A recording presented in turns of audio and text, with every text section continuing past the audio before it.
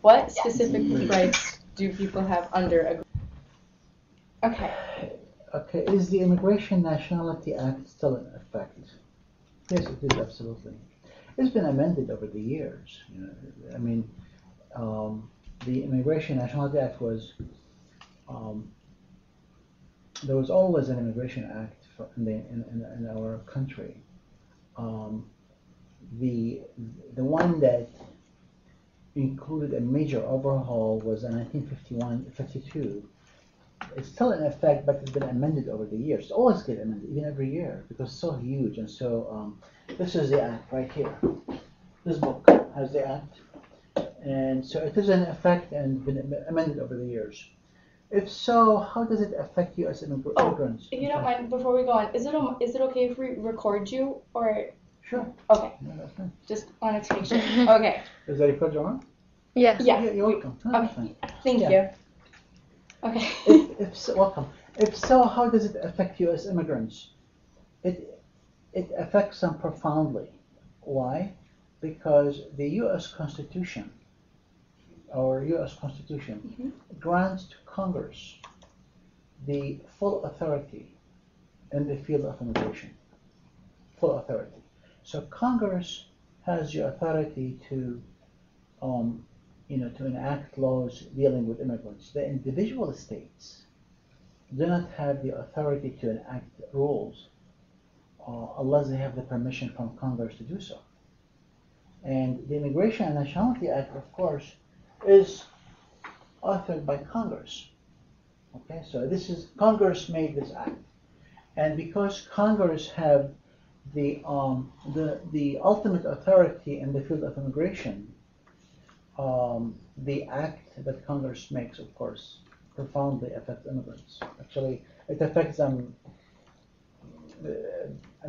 Whatever you want to do in the field of immigration, ultimately you resort to the act. That is the ultimate source that guide our government. Now, you could have immigration service, you could have agencies that make their own rules, but the rules are all authorized by the Immigration Act, and they are all they cannot exceed the various departments. Say, for example, the Immigration Service or the State Department.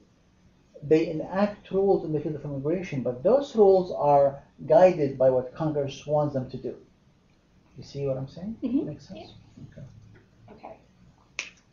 What rights do immigrants have under a green card versus like the rights they have under an immigrant visa? Yeah. Well,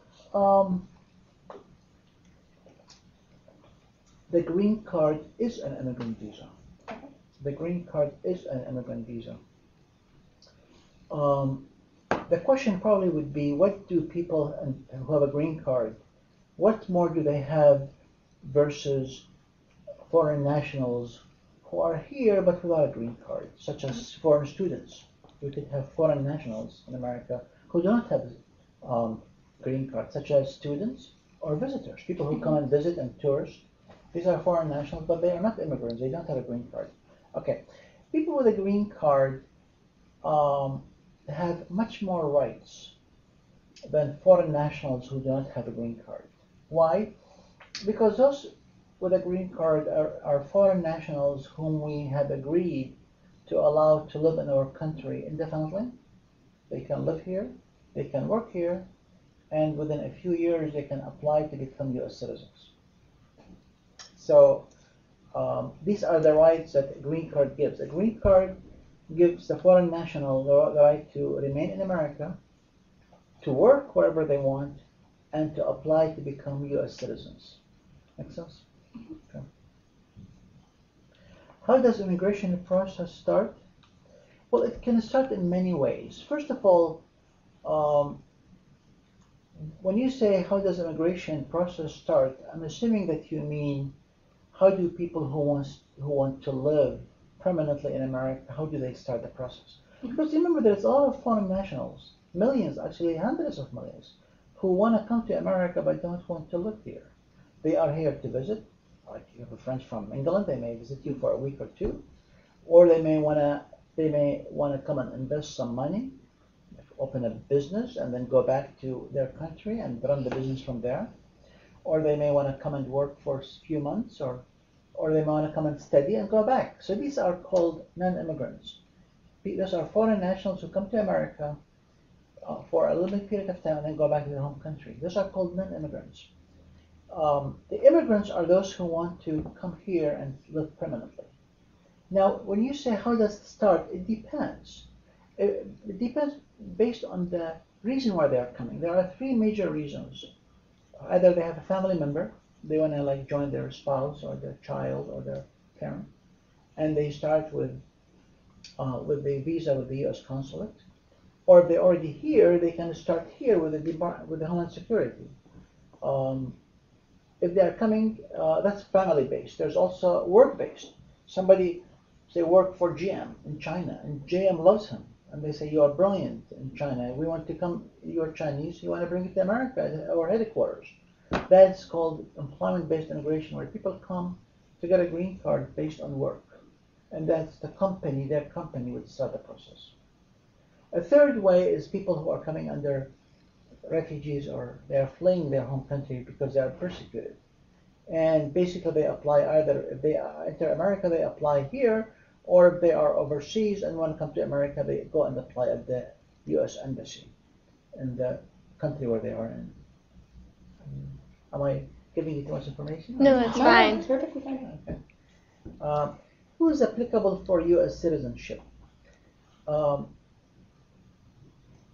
of course, people who are born in America. I mean, there are U.S. citizenship can be granted either at birth, Right. or by naturalization. Mm-hmm. By birth, people who are born in America are U.S. citizens, Mm-hmm. or kids who are born outside America but their parents are U.S. citizens. They are also considered U.S. citizens at birth. Okay? Now, other than those who are born as foreigners but then become Americans later are called naturalized. That's the process is called naturalization. People born elsewhere and they come to this country, they get a green card.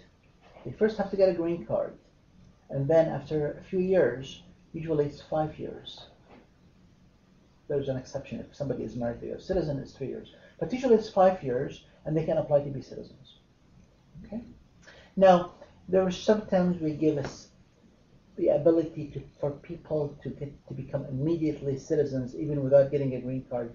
Those are reserved for foreigners who are willing to fight with us in a war and combat. Sometimes we give them as a gratitude. We give them U.S. citizenship. Okay. Did this answer number 4? Mm-hmm. Okay. Yes. What qualities make one person more applicable than another? There are certain It's really not. I mean, the question is the way it's worded is not accurate. It's not that one person is more applicable than other. There are minimum requirements that have to be met. Okay. For somebody to be a U.S. citizen. Now you can exceed that by a lot, but it doesn't matter. I mean, as long as you meet those requirements, you can become a U.S. citizen. First, you have to have a green card. You've been here for 5 years.